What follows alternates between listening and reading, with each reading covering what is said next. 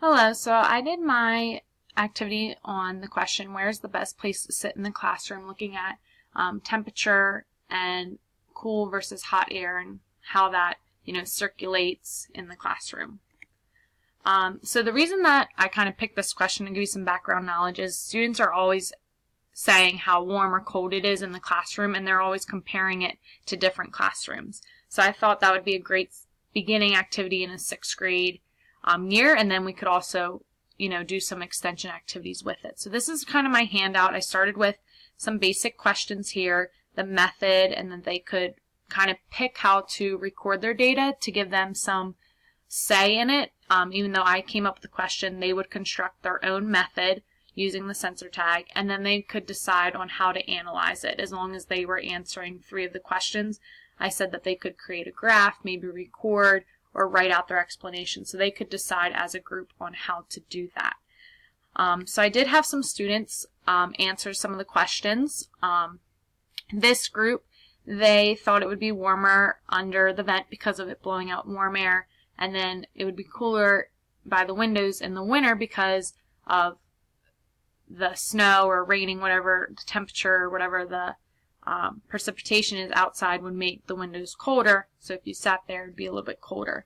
And their method was they drew this kind of the classroom, and they would take the temperature in the front, the middle, and in the back of the classroom.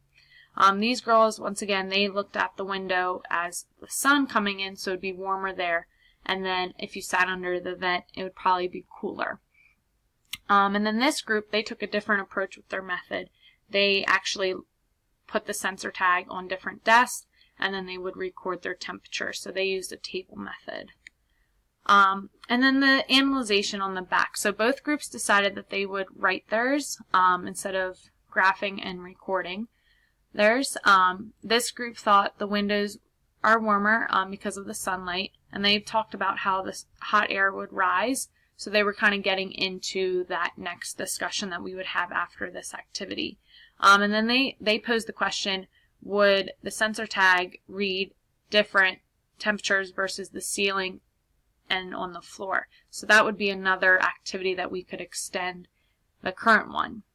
And then this group over here, they kept with the window being warm because the heat comes in right there. And then they asked, am I going to make things different? Even though it was the last day of school when we did this, they were really interested if I was going to use this in the classroom for next year and let kids kind of pick, because they thought they could concentrate better. So that was a great conversation we had.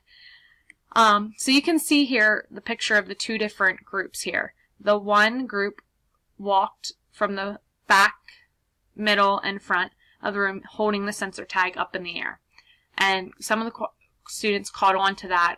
Would that make a difference versus the student who just placed it on a desk without touching it and had one by the window, the front, the back, and then over on the opposite side by the door with the temperatures. And they just were interested to see the different temperatures, and we could then talk about the cool air and hot air and how that flows within the classroom.